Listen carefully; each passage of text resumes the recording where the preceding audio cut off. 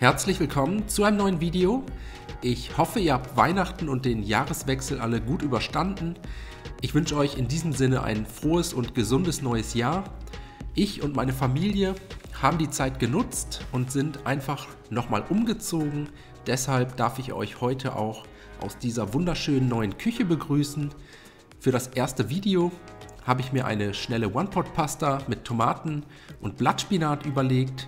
Dafür als erstes eine große Zwiebel sowie 1 bis 2 Knoblauchzehen abziehen, anschließend fein hacken und wenn das erledigt ist, eine große Pfanne mit einem guten Schuss Öl erhitzen, Zwiebeln und Knoblauch in die Pfanne geben und für 2 bis 3 Minuten bei mittlerer Hitze und gelegentlichem Wenden glasig anschwitzen.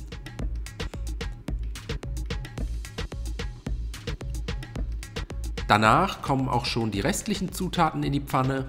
500 Gramm Spirelli-Nudeln, alternativ könnt ihr hier natürlich auch wieder jede andere Pastaform verwenden.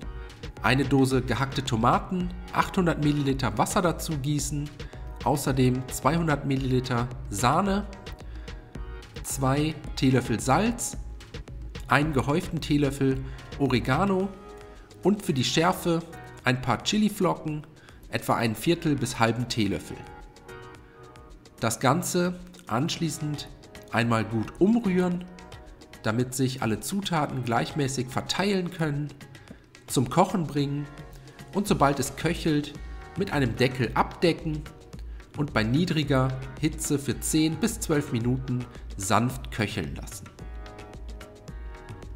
In der Zwischenzeit können wir die restlichen Zutaten vorbereiten, zum Beispiel Parmesan reiben, Blattspinat waschen oder die Tomaten halbieren, die One-Pot-Pasta zwischendurch auch immer mal wieder durchrühren, damit nichts am Topfboden anbrennen kann und danach mit geschlossenem Deckel weiter köcheln lassen, so lange bis die Nudeln gar sind und die Flüssigkeit nahezu komplett aufgesogen haben. Dann kommen die vorbereiteten Tomaten und der Blattspinat dazu. Alles einmal gut miteinander vermengen, den Blattspinat in der heißen Pfanne zerfallen lassen und zum Schluss das Ganze mit einer großzügigen Hand geriebenem Parmesan abrunden, den Käse ebenfalls kurz unterrühren, schmelzen lassen und dann sind wir auch schon fertig. Die One-Pot-Pasta auf tiefen Tellern verteilen, zum Schluss mit etwas Salz und frisch gemahlenem Pfeffer würzen und dann servieren.